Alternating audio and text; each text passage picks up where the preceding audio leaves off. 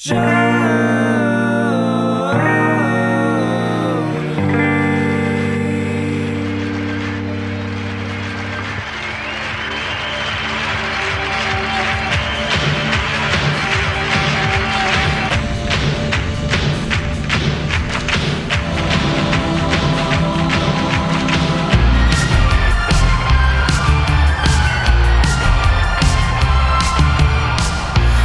hello, everybody. Welcome to another installment of Show to V with Mike G, the show of life, the show of death, the show of introspection.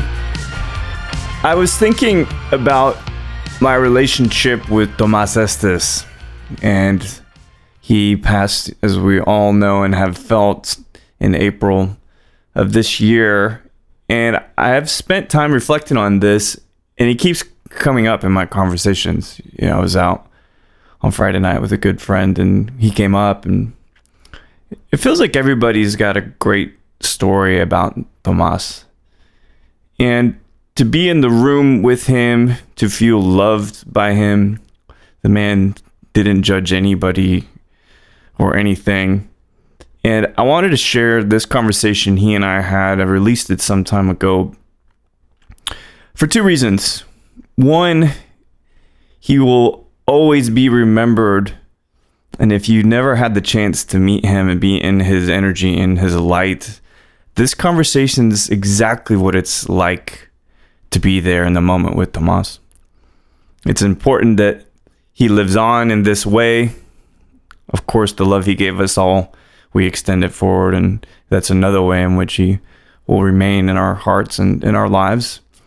But this interview is from a few years back, as I mentioned, during the San Antonio Cocktail Conference, and there's an upstairs area where they do little events and things, sometimes do brunch, but the day, it was a Sunday afternoon.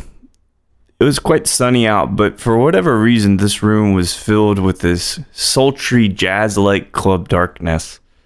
And Tomas sat at this table with me, and we talked for about an hour, and you're going to hear the resulting conversation, but it's timeless. He's timeless. And it was such a pleasure to get to know him. The last time that I saw Tomas, he was here in Austin with Judah Cooper. It was the first time those two had actually toured, if you will, been doing tastings together as part of the Sampson and Surrey family. And yet again, Tomas comes over and kisses me on the cheek, as he does, you know, very European kind of guy, but he saw me. He looked at me, but he saw who I was, and he knew me, and we spent some great time together over the years. But I mention all of this because this has impacted me profoundly, not just the loss of Tomas, but the love of our community, of agave, tequila, mezcal, hell, even whiskey to some extent. And it's not about mortality when I think about Tomas and the legacy he's left. I think about myself, and I think about maybe I've affected people too. I try not to be too self-aware about it, to be honest, but it keeps turning up, feeling appreciated, feeling other people's passion towards your work or towards your passion. And because of Tomas, there are many people in our lives, some close, some far, but some very, very close. And I've started to tell people how much I appreciate them. The people that have been there for me, the people that continue to be engaged in my life. And I always want them to know, because if I pass suddenly, if I pass at an old age, all the same, I don't ever want people not to know how I felt. And Tomas never left anyone doubting how he felt about them. And it's a practice I've been employing in the past few months with my closest of mates. And I ask you out there, if you're listening and you care and you want to be vulnerable and can be vulnerable, or wanting to try to at least be a tinge vulnerable, let people know that you appreciate them before it's too late. This isn't a negative sentiment. It's pure optimism, as you'll find throughout our conversation today with Tomas Estes. So without further ado, with a heavy and light heart all the same, Hope you enjoy this conversation with Tomas Estes.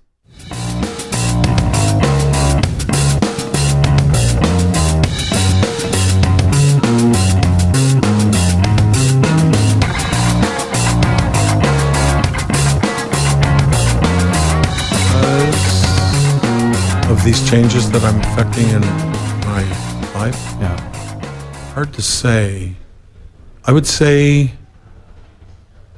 it's easier, but when I travel, like on this very trip, it's always something that I have made up. It's always something that I've created. So it's not someone else telling me, Tomas, you have to go, or you get to go, but Right. in a way it would be, you have to go to San Antonio. I'm going to be on the road since about 4 days ago. I started. It'll be 100 days on the road, but it's and it's all things that I've put together. Yeah. So it's all things that I'm looking forward to.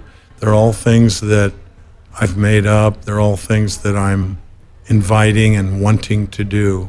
Is this the Asia trip you were talking about? Yes, 5 weeks is of that 100 days are spent in Asia. That's incredible. Any specific spots you're looking to check out? Absolutely. We start in Singapore, then go to Hong Kong, then go to China. Wow. China will be a week. And I've been on Ocho promotions in Singapore and Hong Kong, but not in China. Interesting. And so this could be a very, very good market for us. Yeah. China. Then we go to Thailand, Malaysia, Cambodia, Vietnam, and the Philippine Islands. Some of those countries I've not been to at all. I think it's going to be pretty totally new experience. You know? And I'll be with son Jesse, who we travel very well together. Yeah. And he helps a lot with things, logistics like Uber or where is this or GPS, which is a great help for me. And plus, he shares the presentation, which is sometimes half and half, sometimes he more, sometimes me more. So that gives me the feeling of latitude that I can, again, choose how much I want to do or not. Yeah, it's nice to have the flexibility. And I think you're at a point where you've done so much, it's not so bad to have help from your son, you know? Do you see, how old is Jesse now? 28. 28. Oh, how old are you? I'm 30, going to be turning 37. So, yeah, it's old, right? It's surprising because you keep your youth so well. Not only your looks, but your spirit, your boyish-like enthusiasm. This is the greatest part about this, Tomas, is that Lydia's, she's looking at you and saying, "You're right, Tomas." That's what it's not my boyish looks, it's just that boyish troublemaker kind of spirit, you know? Nothing that would hurt anybody, but I don't mind playing a prank now and again. Doesn't hurt anybody and doesn't hurt you, and it serves you well. All in good fun.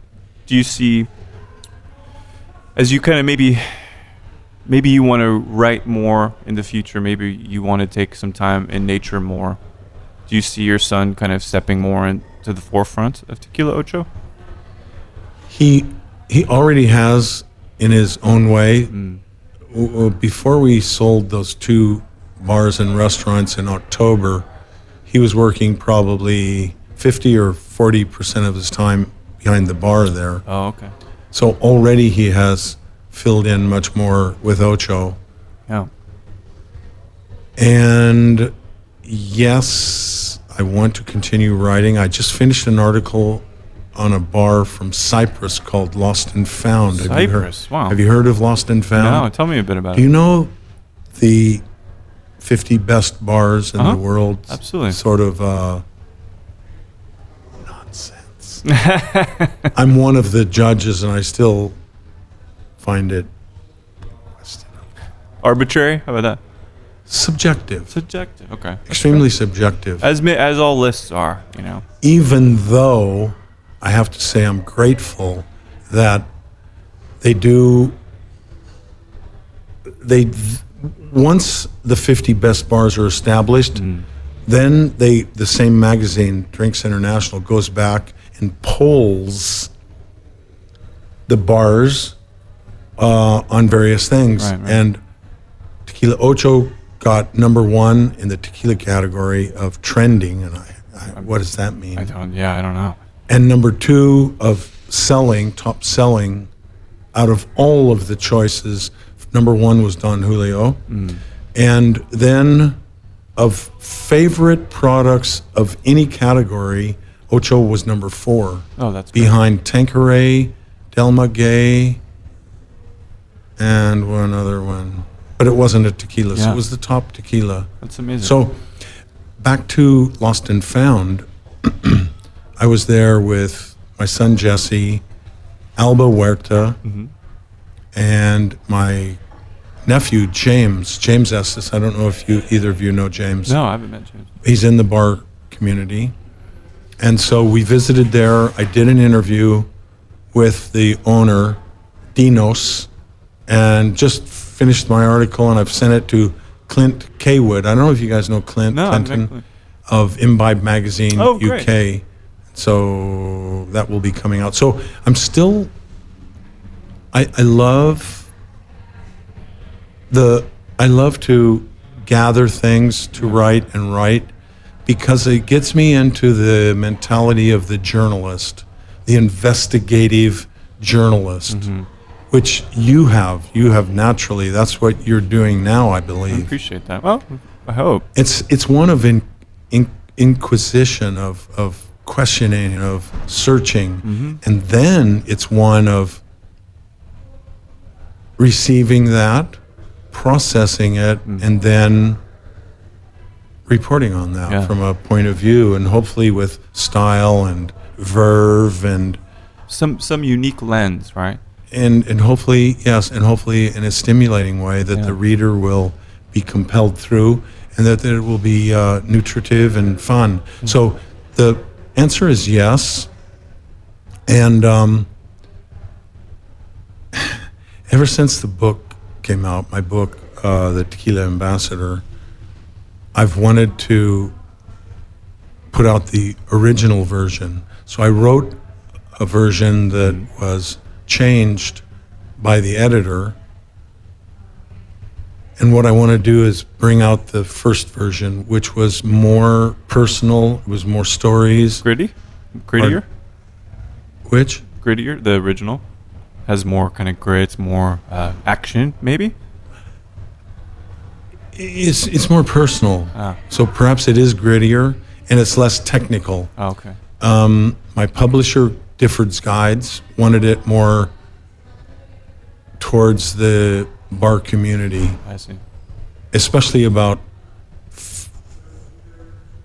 temperatures of fermentation and that very sort of technical. thing. It's technical, and I think there's a place for that. Sure. But there was a place for the other more memoir type stuff almost, right? Indeed. Yeah. So some of that's still in there, but not to the degree that it was first written. Yeah. Do you like, because I think about what twists and turns your life might have taken, some of which I know and some of which, of course, I don't know. And I wonder, do you think the perspective, if you pen, let's say, Tomas, we're going to start from ground zero and you're going to have a memoir. Do you want someone to act as kind of an autobiographer for you, or a biographer for you, or do you want to be the one that writes it single-handedly? Does that make sense? It makes sense, and the thing that comes to me immediately is that would depend on who would be the stimulator, the person that plays off me. Yeah. I believe I could do it on my own. I'm sure. However, if it were someone like you, I think it would be a bigger, someone like you who is perceptive and inquisitive and has an original mind, and I think you could, a person like you could lead me in very stimulating places. I think we always write with our particular lens, and sometimes that means not letting ourselves appear vulnerable. not letting ourselves appear like we're flawed, whereas, of course, all of us are very flawed. But you seem to be someone that is very transparent and that has never been one to tout their strengths over their weaknesses. Can I share with you what I'm studying, what I'm learning, and practicing? That is to be as conscious, aware, mindful, present as I can, instead of living my life automatically or with knee-jerk emotional responses that are programmed like your computer into me by other people. And I find that owning up to my own life, taking full responsibility. Actually, I take full responsibility for everything that happens to me. Yeah. Sometimes I can't put together how it is my responsibility. Sure. Some things are dead easy. I step in the street and I get run over. That's my responsibility. Yeah, sure. Other things are a little more subtle, much more subtle. So I want to share this with you because you ask an earnest question and I feel you're an open person, very, very open and receptive. When I take responsibility for something, it gives me more power. Absolutely. Yeah. Can you understand? You can see that. You can feel it, can't you? Sure. And if I shirk the responsibility, You lose. it takes. Yeah. And I am interested in having my own personal power. Yeah. I'm not interested in power over either of you. Well, no, that's not true. Now here I am. The duality. I would like for you to like me. Yeah. I would like for you to want to be with me. I would like for you to, all those positive things. And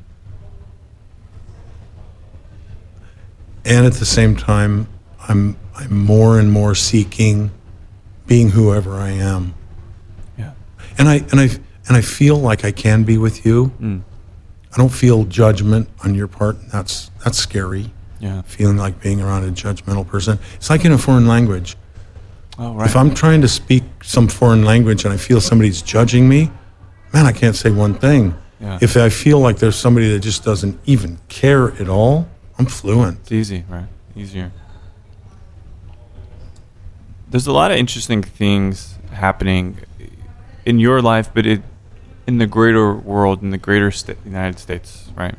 This is something I think, as I've talked to a lot of people, and there's been the transition of power in D.C., there's been a very interesting change in narrative that really, really parallels skirting responsibility. That's why it's a kind of a natural topic to transition into.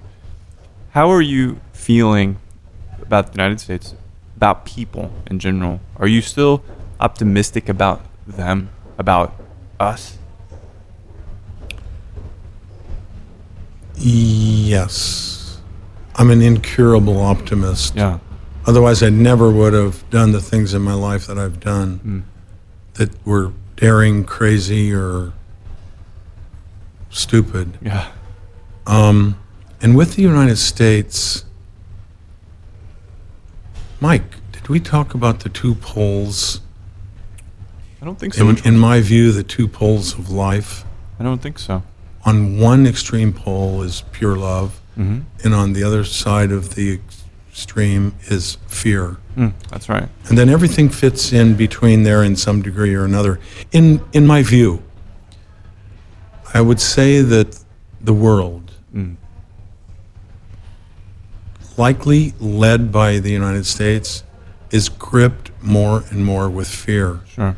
It's so chilling that it reminds me of 1984, which I never read up until about 5 years ago, and I read it and I thought, oh my God, how could this man have seen this? Yeah. And it's so frightfully true now. So I feel like the president-elect is filled with fear. Sure. It feels like he plays to fear. It's the same in France with Marie Le Pen and her party.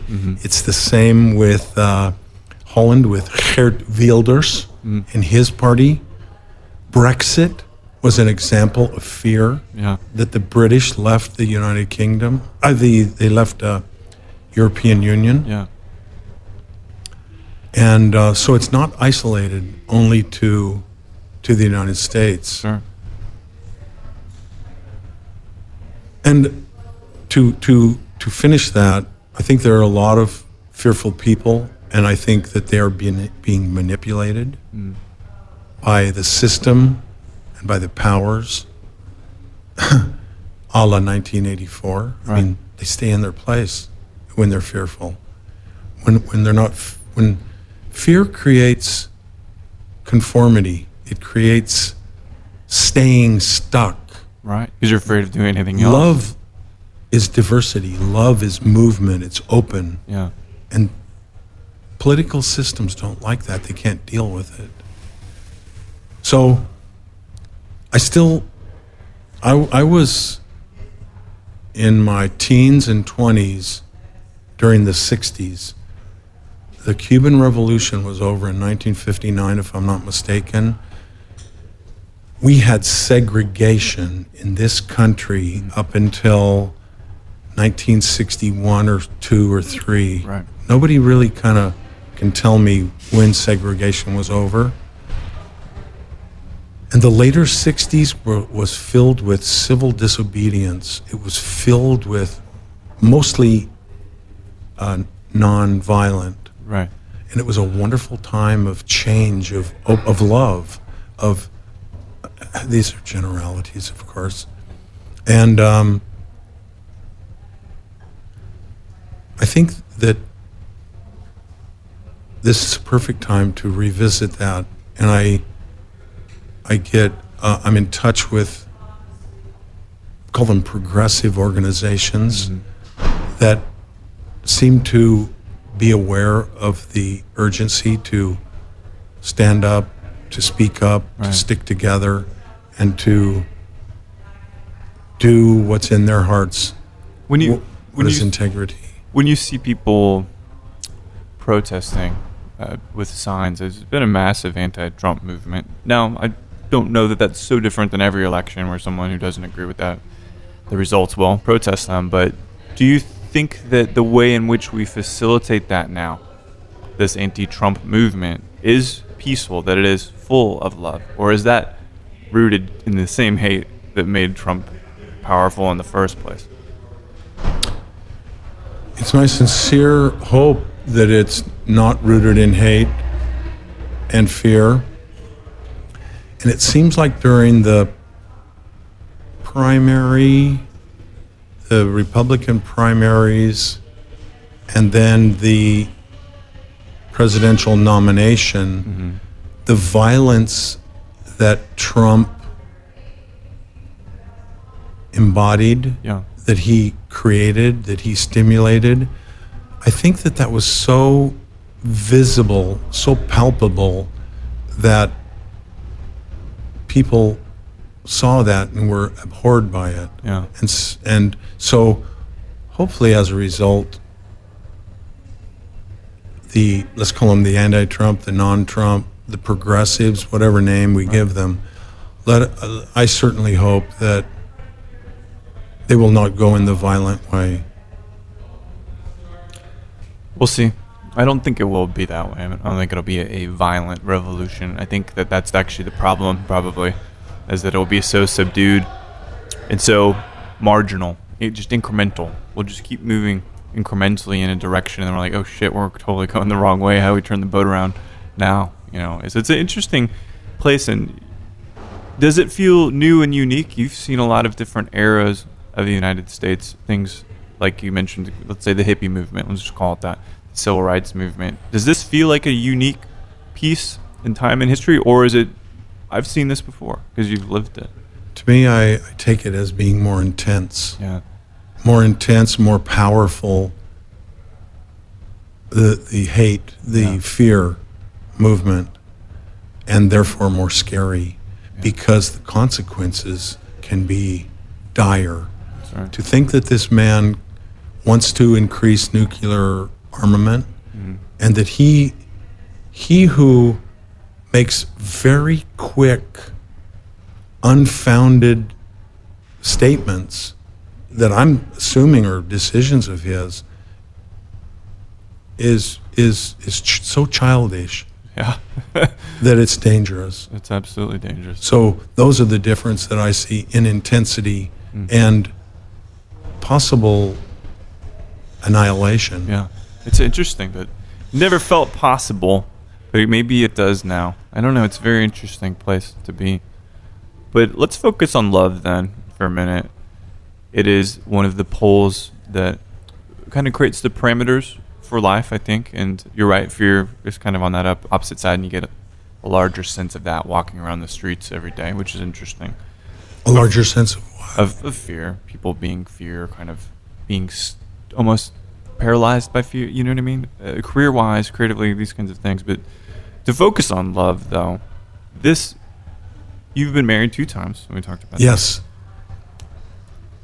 Has love done by you has it done what it needed to do for you in that respect? Mike, how do you find these wonderful, wonderful questions? So we know that the Greeks have 4 or 5 words or terms for love. Mm-hmm. And what I want to say with this is that I'm going to answer you with different versions of love. Agape is love that is given and asks nothing in return. Mm-hmm. Do you know La Capilla Bar in Tequila Town? I've never been there, but I've heard of it. Have you heard of it? Mm-hmm. It got to be number 19 at one point of the top 50 best bars, to go back to that illusion. Yeah, right. It's still my number 1 bar in the world, but it's dropped off the 50, which actually pisses me off and disappoints me. Yeah. But Don Javier, when I have asked him a number of times, what's going on here? Why do people come from all over the world on a pilgrimage to see this bar and to see you? And he said, it's respect. It's that everybody's welcome here. I said, respect is love. And he said, it's not respect that you may be thinking of. It's the love. It's not the love that you may be thinking of. It is that asks nothing in return. Sure. So that's the love I'm speaking of. Now, the love I've been in 2 relationships starts out as an erotic, romantic love. That's eros. Yeah, eros. Right. Okay, another form of Greek word of the same thing we say love. For me, those started off as this romantic, lustful, sexual cocktail Yeah. that turned into dependency. Dependency is not love. Between Between mutual? myself. Yes, there cannot be dependency one way. Okay. It has to be both ways. I see. The one that depends and the other one that facilitates the dependency. Got it. And taking full responsibility for my side of it, I did not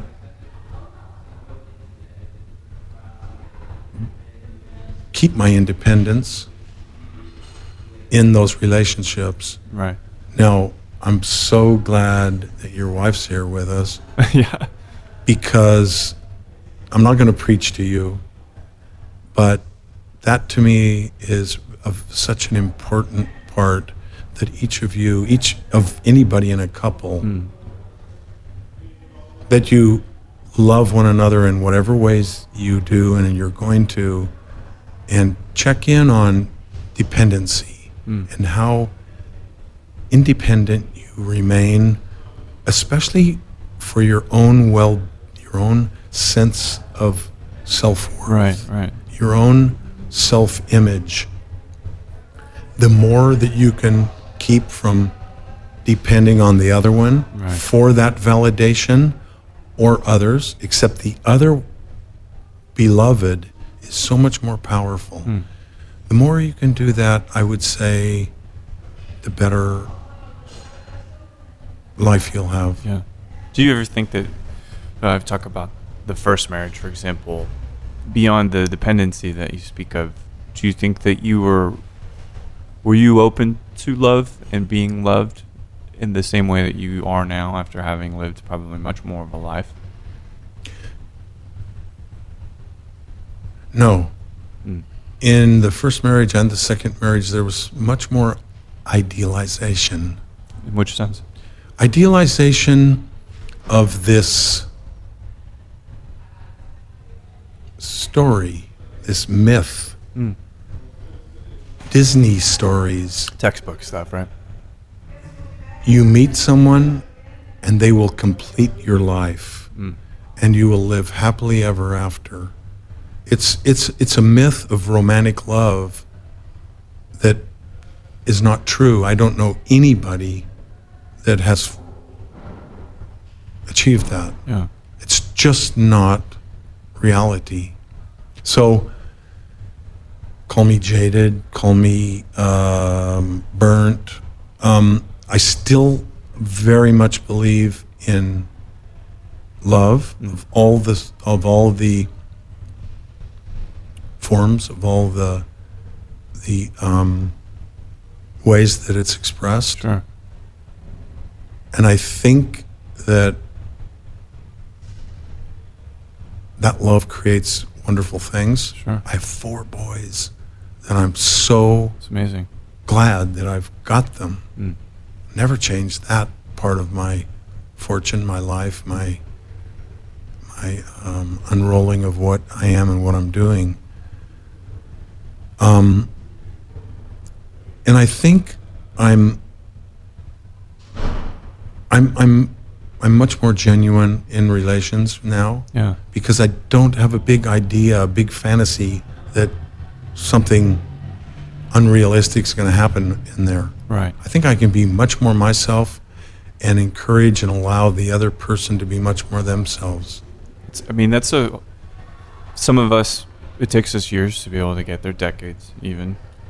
And do you think that each of those times where you became more mature, right? So you go through heartbreak once, and then you emerge a different man, or an enhanced man, and then the second time that happens again.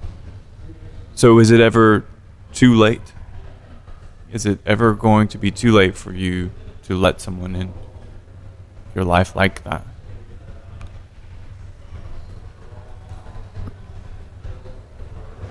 No, I don't believe it at all. Yeah. You are using the word mature or maturity or maturing, and there are other ways to describe that, and that is becoming more aware, becoming more conscious, becoming more mindful, becoming more making decisions intentionally, right. intention. There's something else in my life that is my age, so being 71, I'm losing my libido, my sexual drive. Right. And so that is radically different for me to be around women. How does that feel inside, that your body's changing? Or It feels much more self-contained. It feels much more calm. I'm not looking for somebody else to express something that, for me, for most of my life, was really a very strong drive. Yeah. A strong drive to pair up with someone sexually, or to even make a sexual sale. What is that? Yeah, what do you mean A sexual by that? sale would mean meeting someone, feeling like I sold myself to them, that I could have a sexual relationship with them. I see. Close the deal. So just the deal. Yeah, the deal. that's an ego thing. Sure. Maybe that's what it really is for men, you know? It's not about a true connection necessarily. Now, it can be and it should be, but it's closing the deal, you know? Sealing the deal. But does that give you a sense of relief maybe now that your main focus perhaps is purely maybe cerebral now, that it's more emotional? It is a big relief, and my focus now is much more on myself. Mm-hmm. I'm not looking for a exterior relationship. I'm looking for my interior relationship. As you've really come into the self-actualization phase, right, which is kind of a constant pursuit. That's a term that I will be very honest with both of you. I would aspire to that. Yeah. But to think that I could achieve it is something that I would not pretend. Yeah. The way in which you at least evolve in that sense. What kinds of things help you be, in other words, I think about religion for some people. Sometimes that's the mechanism which allows them to expand their mind. Alcohol, not imbibing, but understanding the terroir and the plants of this thing that's very, very romantic and passionate. Has it been different things for you at different points that expand your mind? Or has there been kind of a central theme, Buddhism, for example, that just helps you evolve? Somewhere way back in my late teens or early 20s, I fastened on the philosophy, perhaps it's even more than philosophy, the reason to live, of making the most of myself that I could. Yeah. That's why I went to Amsterdam after being a teacher for 7 years. Had a wonderful life, very secure. But I went to Amsterdam to learn about myself, to have new challenges. And that's why I went from Amsterdam to London, to Paris, to Cologne, to Milan, to Sydney, Australia. I just kept jumping around. And that's why I joined in on a tequila brand. Yeah. To give myself challenges, to see what I could find out about myself. Yeah. And I'm still doing that, and still growing and developing. Yeah. Does it ever become hard, or do you wrestle with the fact that you got to keep moving? Some people are content with staying in the same place. It happens in phases for me. I will challenge myself a lot, and then I'll burn out. Yeah. And I'll have gone too far. Yeah. And then I rest up, I pamper myself, I eat well, I rest, I exercise. Recharge. I recharge. Yeah. So it's a cyclical thing for me. And I've not been one that has gained much from religion. Yeah. It's my own personal belief that religion is more fear-based than love-based, as a generality. Interesting. Spirituality is something different. See, I would call Buddhism spiritual and not religious. I would agree, yeah. And to seek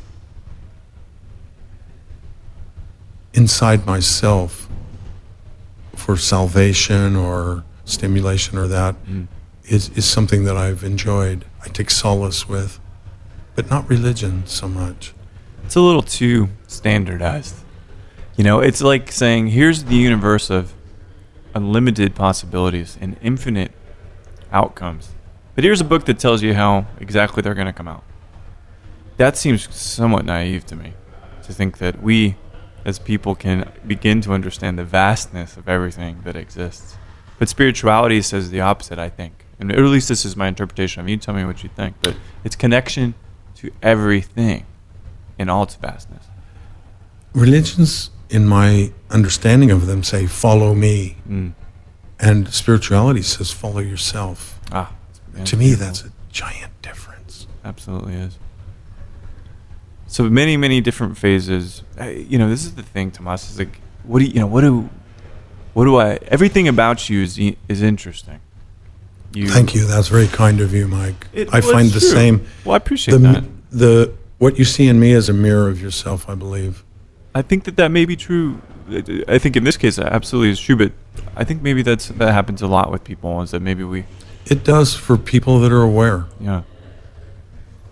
Is there? It feels like this era, this phase, or this chapter. Let's put it that way. Because let's think of your life as a book in a sense, right? Okay. This chapter seems very, very open, very peaceful, very optimistic, very dedicated to agave. But there have been dark chapters for you.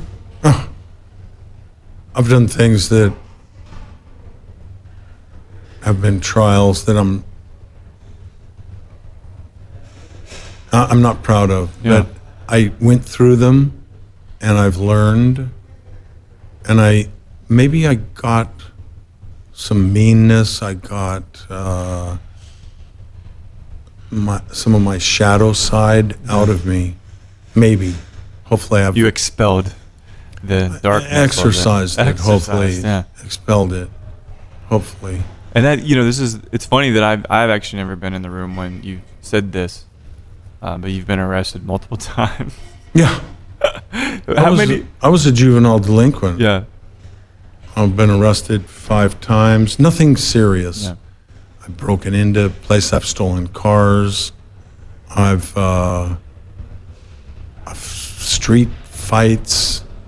Are you a tough guy? You seem so peaceful and zen-like that you wouldn't let somebody get a rise out of you like that, at least in the form that I've met. There was that time when I had something to prove to myself.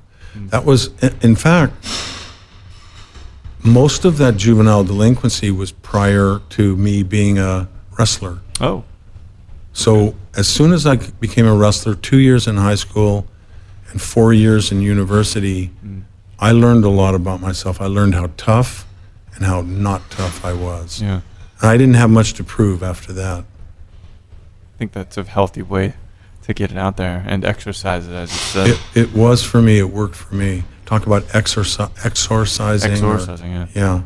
When you had this conversation with another masterful guy in the whiskey industry recently, and he was a teacher as well at the University of Glasgow, and then he worked for Diageo for many years now. And something that I really wanted to know from him, because I love British music, and we talked about bands.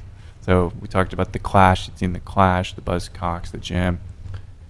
Can you, just to nerd out for music for a second, what is one of the most memorable shows that you've seen in your life? Frank Zappa in Rotterdam. What year are we talking? That's how good it was. 70. I don't remember, early 70s or late 60s.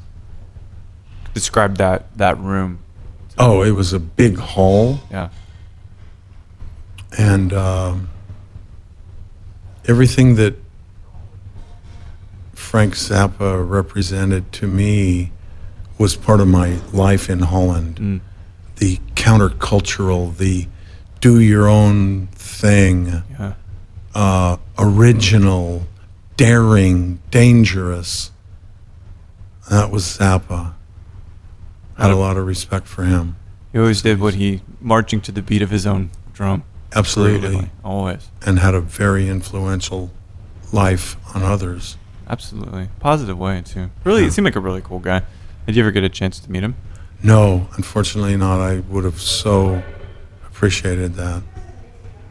Being in the liquor industry, it's an interesting parallel. It kind of runs adjacent to celebrity in a way. I don't know if you've ever noticed that a lot of celebrities and personalities in the media really, really love brands. They love to drink brands. Mm-hmm. In your kind of career now in the liquor industry, have you got to meet any of your particular idols, any of your particular influences?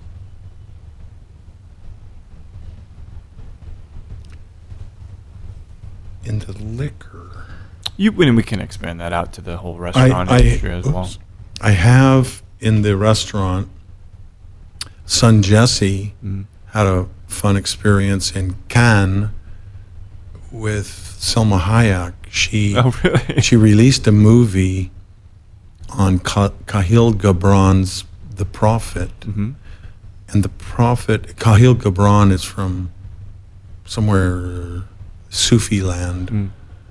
And I believe that's part of, at least part or all of Selma Hayek's background as well. Oh, okay. And she wanted Ocho to be at the opening of her film that's at amazing. Cannes. Mm-hmm. So Jesse, my son, went down there and did the party for her. Oh, that's so great. And it was so fun. I loved it because she was calling him on his cell phone to arrange it. And it's very flattering. I have to be open to being a groupie. It's very flattering that she pays attention and likes our tequila. Mm. And then there is actually a video clip of Jane Fonda being on Mexican television saying that her favorite tequila is Ocho. Oh, that's got to be profound for so you. those things are Is it very surreal? gratifying. Yeah. But I mean, of course, never one of the focuses, but it's always nice to know that someone that you look up to. I mean, Jane Fonda being a massive part of that movement. We talk about civil disobedience. Yeah. Oh, yeah. Absolutely. Man, it's an amazing thing. So you've lived a very illustrious career, and I think you've had an effect on a lot of people. That's very kind of you. Thank you. Absolutely. And I think we both know that what you've done to shed a light on tequila production and how earnest you've been about it and transparent it's an inspirational thing. So as one of the things that has happened in this massive career, this massive lifetime thus far, what do you hope to leave as kind of a legacy for people? If I can leave a legacy of some of the words that you've been playing on, that you've concentrated on, if I can leave a legacy of love, people in mindful choices of choosing love rather than fear, and we can all do it. And sometimes we may stay back there in the fear and move on this decision a little towards love, and the next one becomes easier. Yeah. So if I could have an influence on people choosing love, which is in all of its ramifications, transparency, authenticity, honesty, all the things that go with love, that would be very, very gratifying to me. That'd be enough. It would be way more than enough. It's amazing. All right, so are there some next? I know that there's expansion with Ocho. You guys will have, of course, another vintage come out every year, which is an amazing thing. It's so fun to have that. That's to so me, cool, that's love. Conformity and commercialism is fear. Yeah. And diversity and nonconformity is love. So every time a new one of these comes out, we encourage it to be whatever it's going to be. Yeah. And so that's like this creative. Love is creative. Mm-hmm. Fear is destructive. So yeah, it's so. I could say it seems like an accident that this happened, but probably it's no accident. Serendipity. Yeah. I think It's something that I've been blessed with. and done an amazing job of sharing with people. You know, access is actually really a key thing here to be able to. What is? Access. You know. Access. Yeah, in the sense that you are a conduit to this beautiful plant, this beautiful land in Carlos, and you have worked together to make some just delicious tequila. Thank you, Mike. Thanks for bringing that to to everybody. This is going to be a hard question. This will be my last question for you. And I think it was Roosevelt who had the fireside chats but way back in the day in which he would talk about a topic and people would listen on the radio. And this is kind of what I really enjoy about chatting with you is I hope we could do these in installments and maybe it becomes something even larger than what it is. But I take great pleasure with talking with you. Thank you. likewise, it's really, really a pleasure, Tomas. So this is going to be a hard one. You are... Why are you saying that? Because I think you probably have met many of the people that might be eligible to answer this Oh, question. okay. You are drinking your favorite tequila at your favorite bar in the world, and you can sit and have a drink and conversation with anybody, living or deceased. Who might that person be? What am I drinking? Where am I? And who is it with?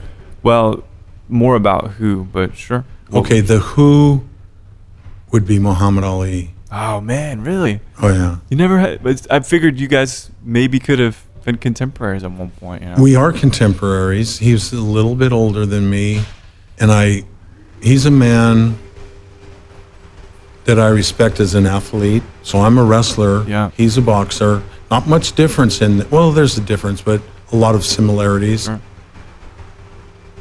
He is a man that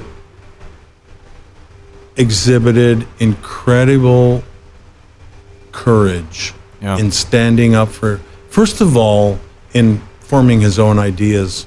I'm sure the Nation of Islam had a lot of influence. By the way, if he would be joined by Malcolm X, I would be more than doubly pleased. He was an original man, and I believe, and so courageous. He stood up to the United States government and said, "I'm not going to go into your army and fight your war." Yeah. It captured and took away his best years as an athlete, and he did it. He stood up for that. He's a man with integrity, courage, all the things that I admire and would aspire. And I believe through it all, he's had this sense of humor, this gentleness, Lightness this to it. boyishness, Sure. and this love. I think Muhammad Ali was all about love. Was he perfect? Absolutely not. But he's a perfect hero for me. Yeah. It's amazing. I think that's a lovely answer, and it inspires me to go back and watch some of those fights, the Rumble in the Jungle, right? Part 1, And part 2. and the lead up to him. Yeah, absolutely. Well, Tomas, again, it's been a pleasure. This is the second time, and perhaps we can dive into even more here soon enough, and I can't wait to see what you do next. Thanks so much for sitting with me. Thank you. Safe travels, yeah? I love you. Likewise, Tomas. Thank you. Thanks for doing this. So there we have it. You know, that's what it's like being in a room with Tomas. That's what it's like having a conversation with him. There is no filter. There is no hat. It is pure love, creativity, and the man amassed so many experiences. It just bled through his conversation, the way in which he talked, how articulate, his mastery of vocabulary. It really, it's just incredible, and it's so impactful. And I hope for those of us who knew him, we can listen back at this and say, man, what I wouldn't give for just one more conversation with Tomas. And I know I ask everybody the questions, who would you drink with, living or deceased? I would give just about anything to have another sip of tequila with Tomas. Talk about one more band, talk about one more artist, talk about love one more time. So thank you for listening to Show to V with Mike G. This is celebratory. It's not somber. I mean, I'm getting a little teary-eyed here, but that's okay. That's what this is about. Impact and being there for each other and leaving a really, really wonderful mark in the people's lives of which you come in contact with. So I'm going to leave it there. And let's keep drinking and let's keep dancing.